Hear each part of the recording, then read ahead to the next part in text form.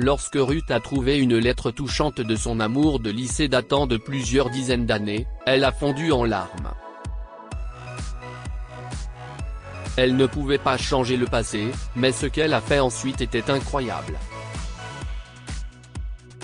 La maison est là où se trouve le cœur, Roussi, disait sa mère. Le problème, c'est que Ruth, 56 ans, ne savait pas vraiment où était son cœur.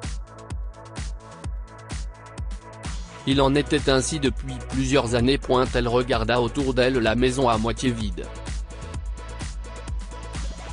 Chaque coin de rue lui rappelait des souvenirs de toute une vie. Pourtant, elle avait l'impression que l'endroit avait grandi autour d'elle au fil des ans. En même temps, elle avait l'impression d'avoir rétréci à l'intérieur. Cette maison a été le monde de Ruth pendant les 31 dernières années. C'est ici qu'elle a commencé sa vie avec Charles, son mari. C'est ici qu'ils ont élevé leurs deux précieux garçons, Harry et Mitchell. Les murs témoignaient du penchant précoce de Mitchell pour l'art et de la taille imposante d'Harry, qu'il avait hérité d'elle. L'arrière-cour, autrefois couvert de baies, avait été négligée au cours des dernières années. Ruth se souvient encore du dernier petit déjeuner que la famille y a pris. Les rires autour de ce vieux patio rouillé résonnaient encore dans son cœur. Mais d'une manière ou d'une autre, les échos s'étaient éloignés. Après avoir perdu Charles, emporté par un cancer il y a 7 ans, il lui était devenu progressivement plus facile de se détacher de cette belle maison. Les enfants avaient pris chacun leur indépendance et elle était devenue grand-mère. C'était bien d'avoir besoin d'elle de temps en temps, mais Ruth savait au fond d'elle-même qu'elle devait changer. C'est peut-être l'une des principales raisons pour lesquelles elle a accepté la proposition d'Harry de s'installer dans une maison de retraite. Maplewood Senior Living avait l'air luxueux, avec des chambres spacieuses, des installations répondant à tous les besoins, et un grand espace ouvert réservé au jardinage. Mais même dans cet avenir parfait, Ruth savait qu'il manquait quelque chose. Elle ne pouvait pas expliquer ce sentiment, alors elle ne l'a partagé avec personne. Demain, pensait-elle. Demain, c'est un nouveau départ. Alors que le plus gros de l'emballage et de l'expédition était fait, Ruth avait gardé une chose pour la fin. Elle regarda la grosse boîte sur le comptoir de la cuisine, attendant d'être ouverte. Le moment était venu. Ruth se dirigea vers la cuisine et se plaça à côté de la boîte. Avant même de la déballer, elle se souvenait de tout ce qu'elle contenait et de la façon dont tout était disposé. Et pourtant, elle était émerveillée et nostalgique devant chacun d'entre eux. Il y avait une boîte de médailles qu'elle avait gagnée en faisant de l'athlétisme et en remportant des débats à l'école. Elle s'est penchée pour lire les inscriptions sur ces médailles, au nombre de 67. Chacune d'entre elles était impeccable. Chacune d'entre elles évoquait un souvenir différent de ces années oubliées. Ensuite, il y avait une collection de cassettes, son bien le plus précieux lorsqu'elle était une adolescente angoissée. Cette musique l'a aidée à traverser les périodes difficiles où elle était victime de brimades, où elle avait du mal à trouver sa place et où elle s'était séparée de ses amis. Elle est également devenue la bande-son de sa première histoire d'amour au lycée. William, ou Billy, comme elle l'appelait. Ruth et William se sont rencontrés sur la piste de course du lycée de Yellow Spring. Ruth était en première lorsque tout le monde parlait de ce nouveau garçon aux yeux bruns portant des baskets fantaisie qui venait d'être transféré d'une école californienne. Ruth ne s'intéressait pas suffisamment à ce nouvel élève jusqu'à ce qu'elle le voie un jour courir sur la piste d'athlétisme.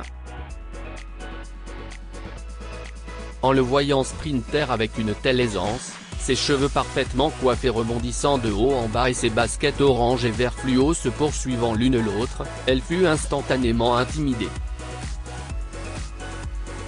Depuis 2 ans, Ruth était la championne invaincue en course à pied du lycée, et c'était la première fois qu'elle craignait de perdre sa chance d'obtenir la bourse d'études qu'elle convoitait. Mais au cours des semaines suivantes, William a dissipé toutes les craintes que Ruth avait à son égard. La nouvelle star du sprint était un introverti timide et chevaleresque qui partageait beaucoup de points communs avec elle. Il ne s'est pas senti menacé par elle. Au contraire, il l'a encouragée et lui a demandé s'il pouvait s'entraîner avec elle. Il applaudissait ses victoires et riait de ses tentatives hilarantes de chanter ou de jouer de la batterie. Et Ruth était la première personne vers qui il se tournait lorsqu'il avait besoin de rattraper son retard scolaire. Contrairement à tous les autres élèves de l'école, il la traitait comme une amie, et non comme un prodige. Ruth et William sont devenus des confidents. Ils ne savent pas quand, mais quelque part entre la piste de course et la salle de classe, ils sont tombés amoureux. Alors que ses souvenirs commençaient à prendre le dessus, Ruth ne pouvait s'empêcher de fermer les yeux. Elle pouvait sentir l'air dans la cour de l'école, la piste sous ses chaussures. Et elle pouvait sentir William courir juste à côté d'elle. Au moment où Ruth le dépassait et gagnait la course, William retirait le chouchou de ses cheveux, défaisant son chignon. Brandissant le chouchou, il déclarait aux spectateurs « Regardez, j'ai gagné ». Au cours de l'année suivante, il finit par perdre plusieurs courses contre elle, et elle finit par perdre plusieurs chouchous contre lui. Mais leur innocente histoire d'amour n'allait pas tarder à prendre fin. Vers la fin du lycée, William a obtenu une bourse d'études dans une université prestigieuse de Californie, tandis que Ruth en a obtenu une dans le Connecticut. Ils savaient tous deux qu'ils ne pouvaient pas demander à l'autre de renoncer à l'université de leurs rêves. Et s'il aurait pu essayer de maintenir leur relation à distance, ni Ruth ni William n'ont osé prendre le risque de devenir froids, distants et d'avoir le cœur brisé.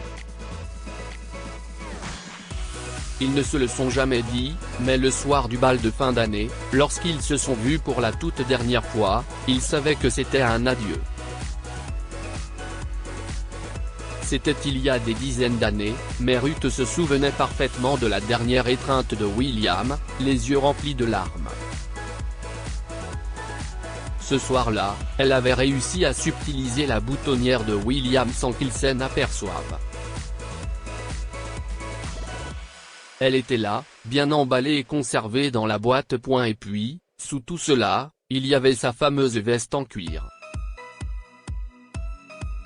William avait acheté cette veste à Ruth pour son anniversaire. Et bien qu'elle l'ait portée tous les 2 jours au lycée, la dernière fois que Ruth l'a portée, c'était le soir du bal de fin d'année, lorsque William l'a raccompagnée. Se souvenant de cette nuit-là, Ruth prit la veste et la regarda longuement. « Dois-je l'essayer ?» Elle savait qu'elle ne lui irait plus. Mais elle savait aussi qu'elle la jetterait probablement le lendemain avec l'autre pile de vieux vêtements. Une dernière fois, pensa-t-elle, et elle essaya la veste. Avec un peu de difficulté, elle réussit à entrer dans cette belle pièce vintage. Posée devant le miroir, elle regarda la veste sous toutes les coutures. Elle se souvint que William l'entourait souvent de son bras et mettait sa main dans la poche droite de la veste lorsqu'il marchait. Instinctivement, elle a glissé sa main dans la poche. Et à sa grande surprise, elle y a senti quelque chose. Il s'agissait d'une enveloppe portant son nom. Elle reconnut l'écriture. C'était celle de William. Ma très chère Roussi, je sais que nous nous sommes promis de nous séparer avec le sourire. Je sais que nous ne savons pas ce que l'avenir nous réserve. Mais à la façon dont nous nous sommes étreints ce soir, mon cœur refuse de croire que si est un adieu pour toujours. Je n'ai pas l'impression que si est une fin. Peut-être que ce n'est pas nécessaire. Alors s'il te plaît, ma chérie, écris-moi.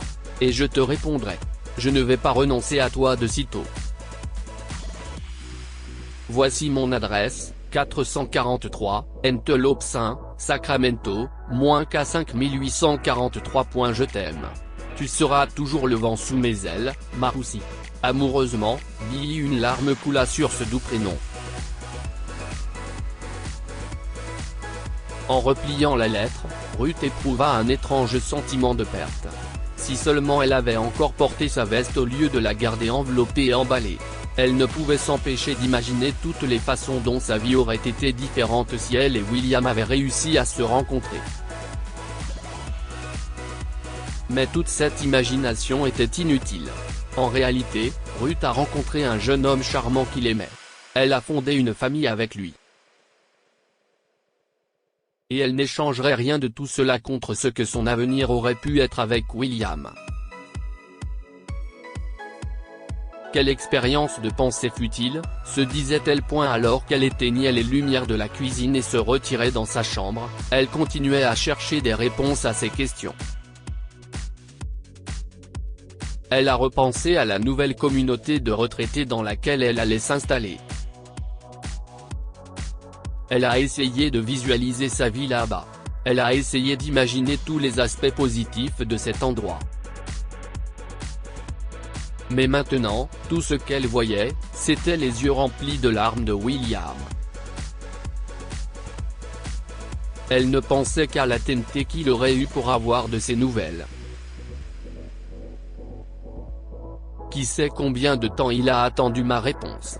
Et à quel point il aurait eu le cœur brisé en pensant que je ne voulais plus être avec lui. À ce moment-là, Ruth a su qu'elle devait essayer de le joindre.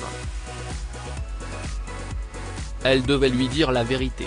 William devait savoir qu'elle l'aimait et le désirait tout autant. Elle pensa à chercher William sur Internet. Elle pourrait probablement aussi demander l'aide d'Harry ou de Mitchell. Mais elle eut une meilleure idée. Le lendemain, elle a pris le premier vol pour Sacramento. Ses fils étaient en colère à cause de sa décision impulsive, mais connaissant leur mère comme une femme douce et accommodante, ils étaient plus inquiets pour elle que fâchés. Elle n'avait pas emporté grand-chose, quelques vêtements, des produits de toilette et la lettre. Pendant que le taxi la conduisait à l'adresse indiquée, Ruth essayait d'imaginer comment la vie de William avait dû s'y dérouler. Lorsque le taxi la déposa enfin devant le 443 Entelopsin, elle resta figée une seconde. En imaginant pour la 100e fois le sourire de William dans sa tête, elle a rassemblé son courage pour s'approcher de la charmante maison et sonner à la porte. Une vieille femme pâle ouvrit la porte. Oui, Ruth ne s'attendait pas à voir une femme, mais elle persévéra et dit « Je suis désolée, mais est-ce que si est ici qu'habite un certain William R. McCuckin ?» La vieille femme sembla un peu alarmée d'entendre ce nom. Elle s'est approchée et a plissé les yeux pour mieux voir Ruth. Elle resta là, à la fixer, pendant quelques secondes désagréables. Et soudain, les rides de son visage se transformèrent en un grand et chaleureux sourire. Roussi ? Ruth était maintenant confuse. Elle regarda à nouveau la femme. Et bien que son sourire ait quelque chose de très familier, Ruth ne semblait toujours pas la reconnaître. Oh, pour l'amour du ciel! Tu m'as déjà reconnu, ou tu veux que j'aille chercher ma tenue de pom-pom girl du lycée? À ce moment-là, la mémoire de Ruth était revenue. Doris. Mon Dieu, si est-toi. Après une chaleureuse accolade, les deux anciens camarades de classe se sont assis autour d'une tasse de café. Au cours de la conversation, Doris évoqua la vie de William après sa bourse. Oui, il t'aimait. Ses années à Princeton ont été assez solitaires. Il a ensuite trouvé un emploi et m'a aidé à en trouver un dans la même entreprise. Tu le connais, toujours aussi charmant et gentil. Mais sa carrière a rapidement décollé. Il a rencontré sa femme Patricia, qui était assistante juridique ici même à Sacramento. Ils ont eu 2 enfants, 2 maisons et une vie très confortable. Aujourd'hui, les enfants ont leur propre carrière, mais malheureusement, Patricia est décédée il y a environ 8 ans. Elle a eu un accident tragique. William a été dévasté et s'est replié sur lui-même. Il a quitté son travail, a donné ses affaires, m'a vendu sa maison et s'est éloigné de la vie qu'il connaissait. Ruth pouvait ressentir la douleur de William dans son cœur. Où est Billy maintenant? Avant de donner la moindre information, Doris était curieuse de savoir, pourquoi veux-tu en savoir plus sur lui? Ruth s'est finalement ouverte à Doris sur la lettre qu'elle avait découverte et sur le fait qu'elle voulait juste le rencontrer une fois et s'excuser de ne jamais lui avoir répondu. Ému par la situation de Ruth, Doris essuie ses larmes, se redresse d'un coup et dit à Ruth. Ruth fut choquée par le ton pressant de la voix de Doris. Tout de suite, Doris la regarda dans les yeux et lui répondit, « Tu n'as pas assez attendu ?» Les deux femmes se sont rendues chez leur ancien camarade de classe. Tout est allé très vite. Elle allait bientôt se retrouver face à face avec l'homme qu'elle avait aimé. Son cœur battait la chamade. Après 30 minutes de route, elles s'arrêtèrent enfin devant une magnifique maison à 2 étages avec un vaste jardin. Ruth aperçoit un homme d'un certain âge, aux cheveux bien coiffés, qui arrose les plantes dans un coin. Si est-il lui?